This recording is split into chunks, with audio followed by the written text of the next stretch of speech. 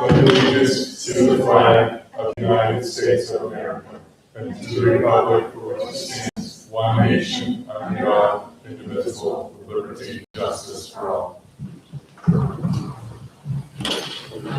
All right, we're going to start with consideration of minutes. It should be included in your packets. Barring any errors or omissions, I would recommend approval as written. So motion. All in favor? Public comment. We don't have any presentations tonight. So moving on to the whole business, the ISCJ policy. Yep, it's a cell phone policy. It should be included in your packets, and barring any errors or any questions. You approved it last time with no adjustments, and it does meet the requirements of the law to discuss on. Any else to change since last review? No. Yeah, I motion. Second. All those in favor? And then just make sure you sign the warrant. Yes. And then the English language art, or I skipped stuff. Oh, sorry, we got another policy there. So the ESEA plan, we go over this every year. This is the opportunity for annual comment. It used to be known as No Child Left Behind. All of your funds here go to support Title I, which is our intervention personnel. And it doesn't cover all of it, but it goes to cover that so that we get students the support they need outside of special ed, but outside of regular education. So I take questions if you have on it, but that's your entire goal for those funds.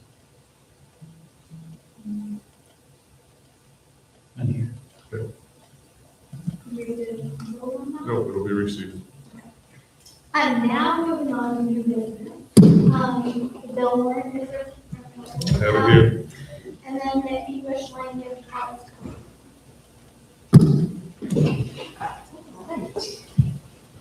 So, a couple of teachers here to help us, and Sharon help us, so. This is so cute. It's like homework. Yeah. Yes. She's a little late.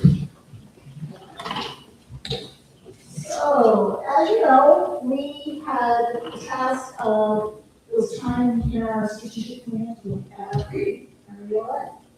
And we knew that with Hope Mental, what we're currently using, it was not updated.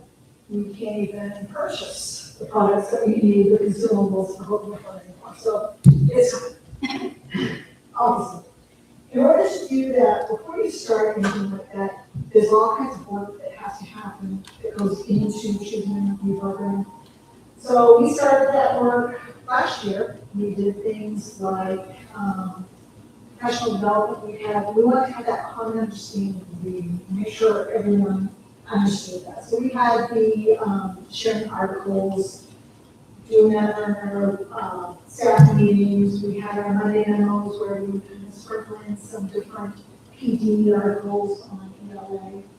And then there are Oxford service. We talked to the staff about ELA and where we're headed. And we have what we call the World Cafe model, and that is in your packet. And that's kind of an activity where we pose different questions to the staff, and it was all of the staff in here. We pose different questions, and we got that shared common understanding of what we meant to them as learners themselves. So we worked through that. And then we went into bi-monthly meetings. We developed an ELA committee. And went into bi-monthly meetings on our wants and needs for a program.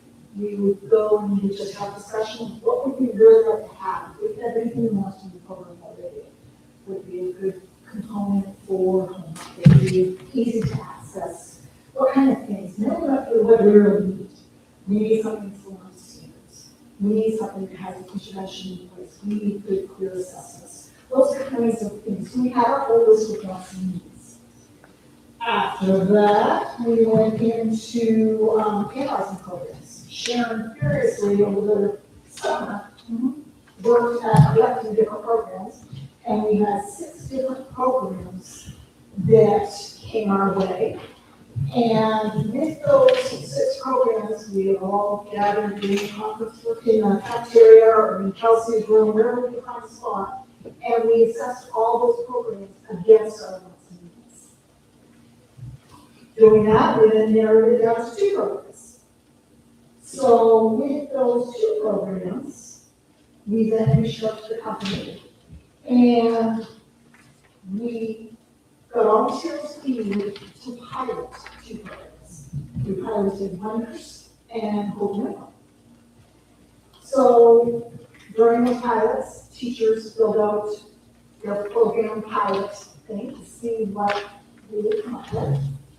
And it was very clear that Wonders is the program that met needs where we wanted to be for K-4. So, in a few minutes, Wendy's going to share some things about the K-4 Wonders program. Our 5 to 8 is a little bit different. So, grades 5 to 8, out of the 6 programs that we have gotten, only 2 went as high as most. And out of those 2 programs, they really did grades. Our 5 to 8 has been working as a team for many years, since I first started here, actually, as far as trying to create a cohesive program that will meet needs through units, unit development, assessments, whatnot.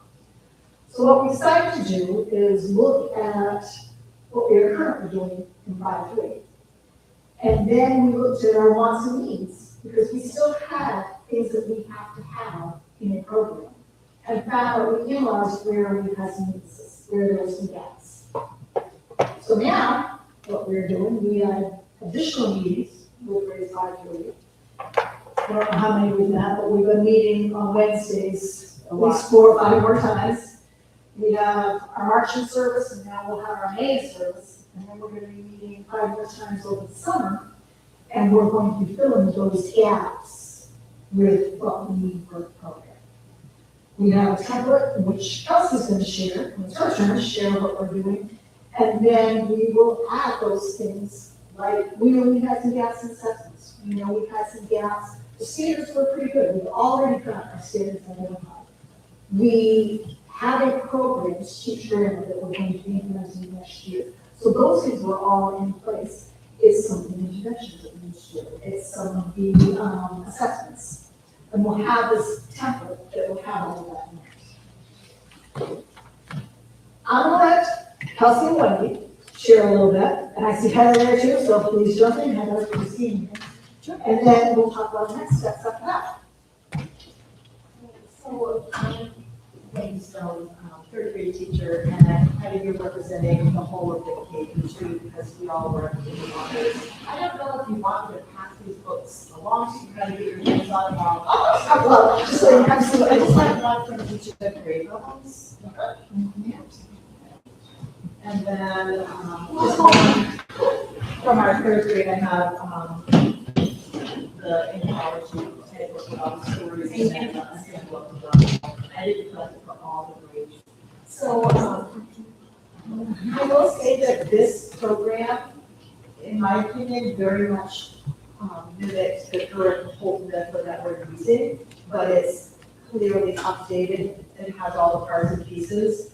And it's evolved to incorporate a lot of technology projects and pieces. But as far as the program itself, it was so user-friendly. I'm a person that loves curriculums. I love reading them. I love looking at them. I love developing them. And this one has so much potential. It has the whole entire framework of everything we were looking for. The writing component's strong, which we did see. And the other one we piloted, but this one has, it has all the things that we were looking for. One of the areas I really loved is with every single unit, there was a really nice project-based learning in the back of the book. And so the unit we piloted was about animal habitats. And we had actually been doing it in science as well as far as life cycles. So the project that it recommended was researching an animal and gathering all your information and then doing a podcast. lot of that podcasting materials, but we do have technology. So instead of the podcast, we took all that information and the things they learned, and we made some animal posters. You can pass them down. We did them in Canva. And again, we followed the same guidelines that they would have for the podcast. We just presented it as a poster instead. And I'm just so proud of the work they did. It was very exciting for them. We had our 8th grade literacy buddies involved in helping them because they had just done a Canva poster on, I don't know what their theme was, but, so they were really helpful to us. Great program. I think one of the things I enjoyed hearing, we've done 2 book studies now, best practices for tier 1, best practices for tier 2.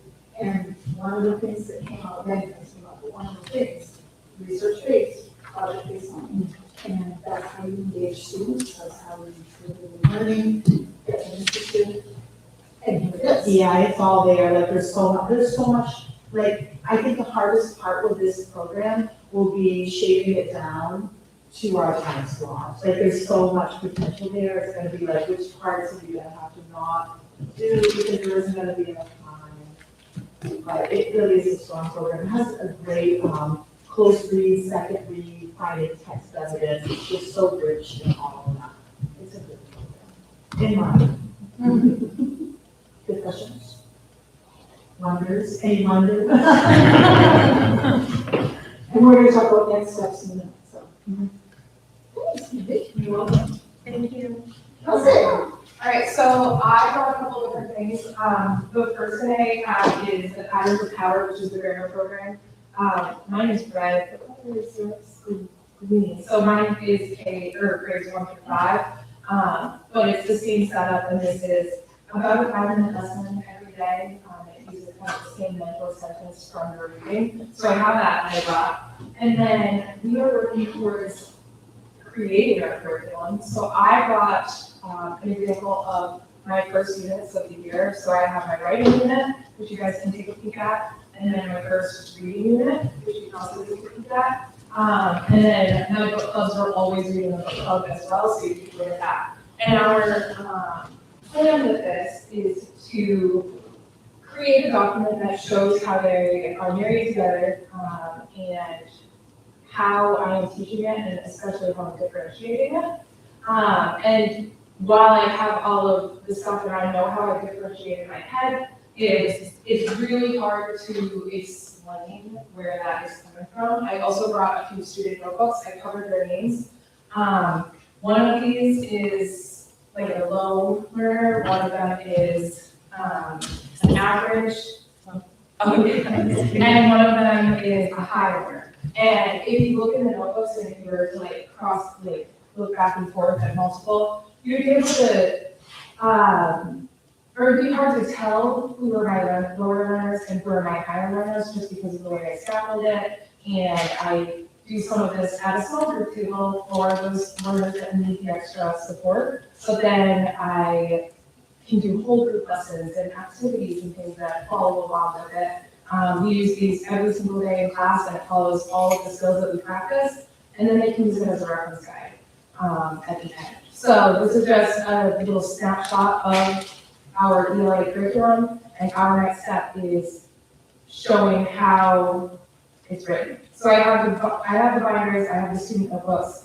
My next step is to put it in one cohesive document to just show how it's met the standards. And the reading one, next to Brit, does have a scope and sequence with how it's related to the standards. But we're trying to create one that is the reading, writing, grammar all together in one document. And they are really put together. When I'm doing a narrative unit and we're learning about story elements, we're doing the same thing in writing, and we're writing narratives and doing story elements. So we're doing that, it's just we need to create a document to show how it's done. And be cohesive, like you. Yes. And they all work so well together, it's going to be smooth. Do you have any questions? So the plan is to complete over the summer, The work you're talking about? Yes. Okay. A lot of it's done. Yeah, no, I know a lot of it, but I mean the last piece of integrating. The Yeah. integration, and create that document over the summer.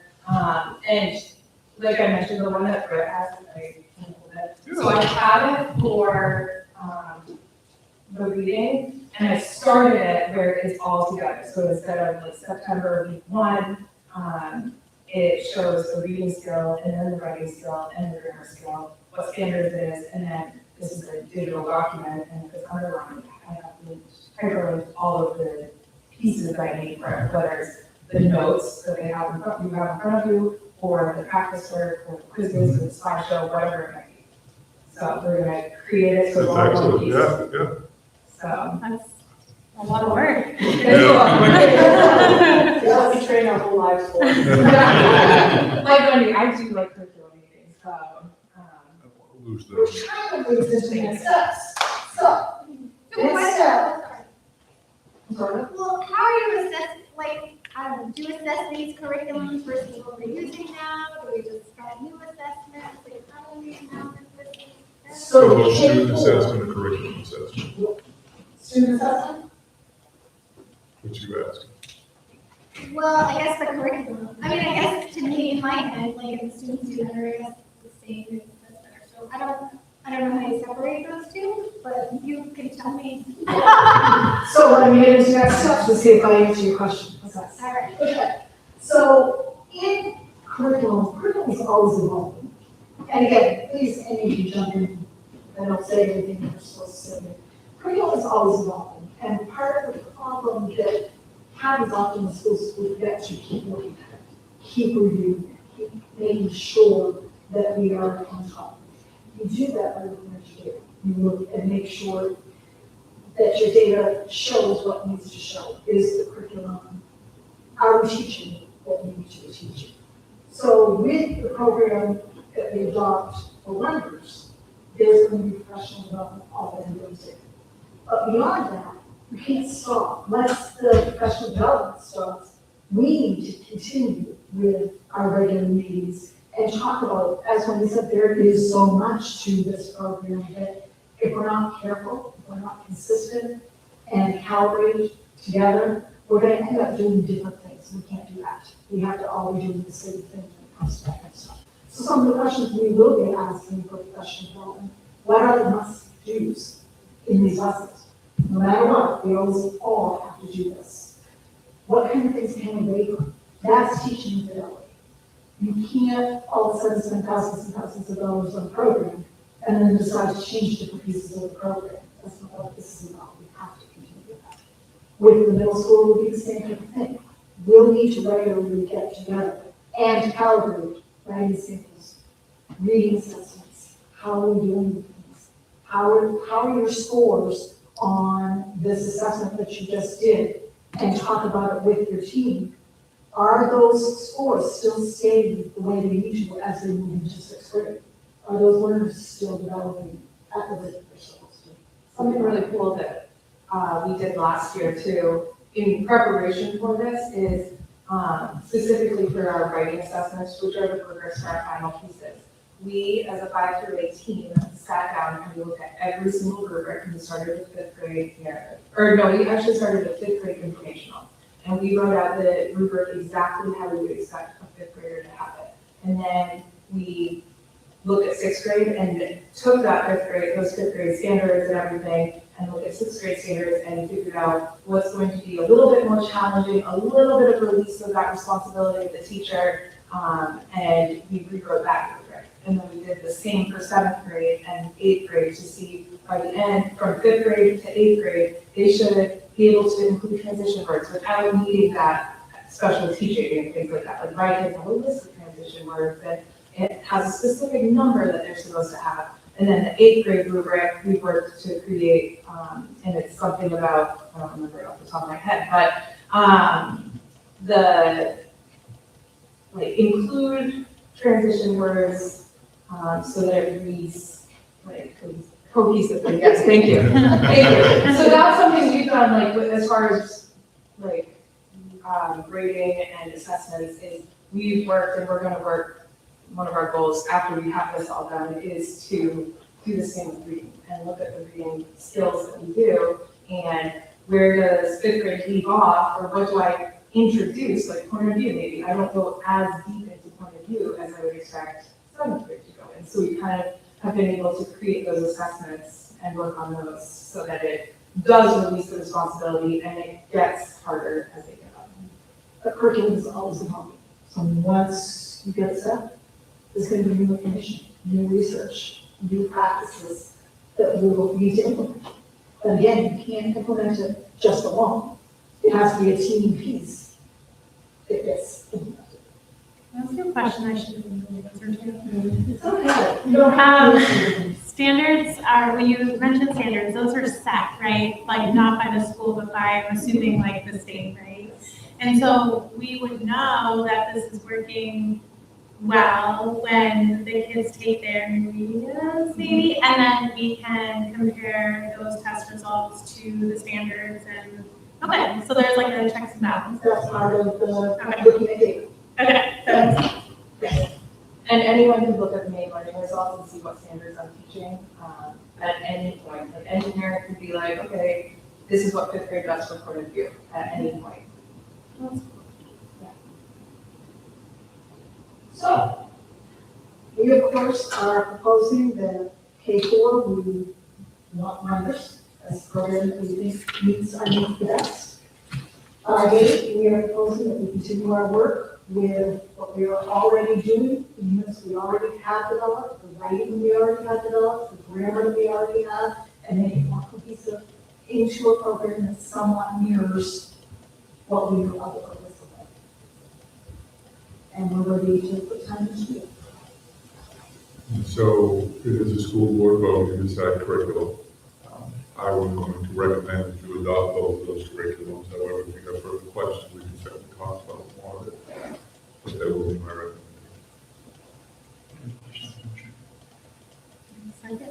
All right, all those in favor? Next year, we will get Thank the you. binder, similar to the science and social studies binder, but obviously we're ready to get that figure. We don't have everything yet. That would be. Thank you very much. Excellent. Thank you. Thank you. Appreciate that for the teachers. I appreciate that. No thanks for all problem. your work. No, thank you for your work and expertise. Yes. Work and expertise. When we say we have gold standards here, we have some gold standards. You need that. Now what you need to leave.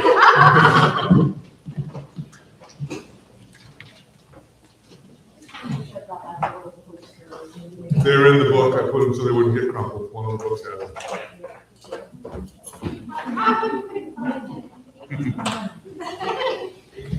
All right, moving on to reports. We'll start with the principal's report. I feel like I've already done I'm gonna tell you the major nervous, and you already know all that. I'm gonna tell you that I'm very excited about the process we've been using for the ELA curriculum, and I'm going to borrow with that, I already told you that. And we have an in-service day coming up in May, which, you know, filling in on all of that, but I already know, obviously, we're gonna be working on ELA and whatnot. And, that's where we're going there. Any questions for me? What's going on around school? It's been a lot. We're gonna visit. All right, assistant principal's report. All right, you have my letter in your packet. I will echo Judy's word that it's very busy, there's a lot going on.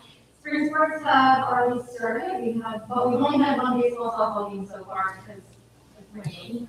So we went to the technology about snow days in the winter, I'm gonna ask for some storm studies. And our track team is at their second meet today, all the way down on MDI. So, super hot there. It's always I know, it's always meeting. And a big thank you as always to Ben Altman and also the Little League for all of the help and efforts for field maintenance and getting ready for our spring sports. It's greatly appreciated. And speaking of appreciation, this happens to be Staff Appreciation Week in schools. So happy Appreciation Week to all of our staff, teachers, and everybody. And PTG is recognizing all school staff this week with a variety of things, a different something every day this week. That's something to look forward to. Today was a giant snack cart with all kinds of different snacks and drinks and everything. Just Okay, so we appreciate PTG, PTG appreciates all of our staff. Busy with field trips coming up, tons of field trips, we have a couple of different names of these trips coming up, I shouldn't have to talk about that, but I won't. But thank you, Heather and Bill, for all the studies trips that they do. And through your assessment is coming right up this week, Wednesday, Thursday. Everybody in grades 3 through 8 will be working on 3-year assessment. And then a little bit later, we will be doing the main science assessment, which is grades 5 and 8 as well. So, testing time and punishment. Any questions, sir? No, thank you. All right, People Services Director. So I'm happy to say it's been very picking up on this smooth trend so far. We finished off our alternative testing, won't get those results till midsummer. But it went good without any major hiccups, so that was good. We are still in the process of planning field day with friends, which will be hopefully, weather pending, taking place on May 15th. We have 140 people coming this year, so Glenn will be joining us, Kevin will be joining us. A lot of things happening, a lot of behind the scenes stuff that the team has been planning and working together on. And I noted the last time in my notes that our life skills program is going to get to be part of the planning process with teachers. So that happened, and those are being created, and then as another extension of that, that company is allowing each of those kiddos in that program to create their own visual t-shirts. So create whatever they want with their art, with words, those types of things, and then part of that creation process to understand what goes into that effort. So just another skill that they can take with them later as well.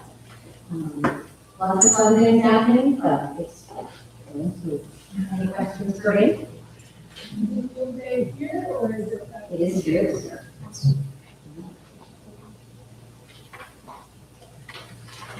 All right, and then moving on to superintendent's report.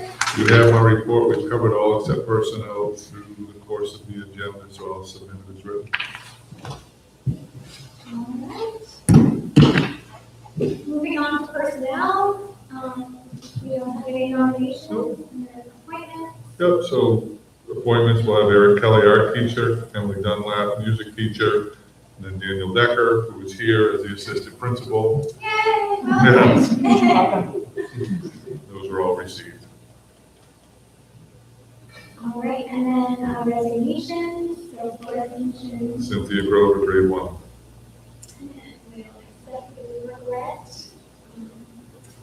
We have no executive, oh, sorry, forget, we're okay.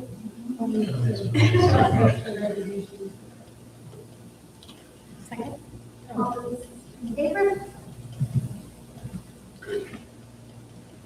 We're waiting for the executive session, any public comment? All right, our next meeting is Monday, June 1st at 6:30. Yep. And Okay. We'll do the town meeting. You're adjourned. all right, adjourned. Bye.